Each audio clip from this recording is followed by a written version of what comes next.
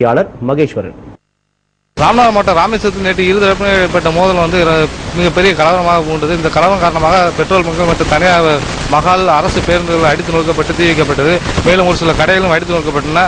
அதனைத் தொடர்ந்து பெட்ரோல் குண்டு வீச்சு மற்றும் அருவாள் கத்தியுடன் ஒரு சில கும்பல் தொடர்ந்து ஈடுபட்டு வந்தது. இதனை கட்டுக்குள் கொண்டு வர ராமநாதபுரம் டிஐஜி ராமசுப்ரமணியன் தலைமையிலான போலீசார் நேற்று இரவு அதாவது பெட்ரோல் குண்டு வீச்சு மற்றும் கலவரத்தில் ஈடுபட்டவர்கள் மீது கண்ணீர் பூக்கண்டு வீசி கலவரத்தை கட்டுக்குள் கொண்டு வந்தனர். அதையடுத்து சம்பவ இடத்தை தென்மண்டல ஐஜி அபய்குமார் சிங் நேரில் பார்வையிட்டார். தொடர்ந்து இன்றும் அவர் ஆலோசனை அதாவது டிஐஜி மற்றும் எஸ்பிக்குள்ள தொடர்ந்து ஆலோசனை ஈடுபட்டு வருகின்றார்.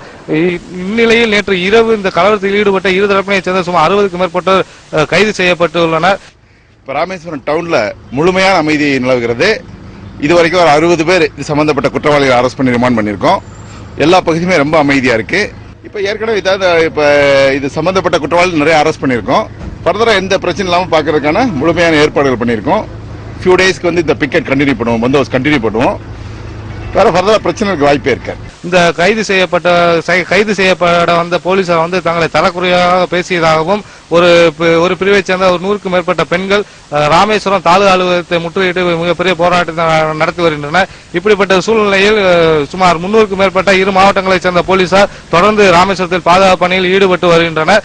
அது மட்டுமல்லாது இந்த கலவரம் காரணமாக இந்த கலவரத்துக்கு காரணமாக உள்ள அதாவது ராமேஸ்வரம் டிஎஸ்பி மணிவண்ணன் தான் அந்த கலவரத்துக்கு தூண்டுகோலாக இருந்ததாகவும் அவர் மீது உரிய நடவடிக்கை எடுக்க வேண்டும் என்று இப்போதைய பொதுமக்கள் தொடர்ந்து போலீசாருக்கும் தமிழக அரசும் கோரிக்கை விடுத்து வருகின்றனர். இந்த கலவரம் காரணம் ஒரு புண்ணிய ஸ்தலத்தில் இந்த கலவரம் ஏற்பட்டதன் காரணமாக இங்கு வரக்கூடிய யாத்திரைகள் மற்றும் சுற்றுலா பயணிகள் அச்சமடைந்துள்ளனர். தற்பொழுது இயல்பு நிலை திரும்பி வந்ததாக கூறியுள்ள டிஐஜி ராமசுப்ரமணி மேலும் அந்த பலத்த போலீஸ் பாதுகாப்புடன் அந்த சுற்றுலா பயணிகளுக்கு பாதுகாப்பு அளிக்கப்படும் என்றும் தெரிவித்துள்ளார்.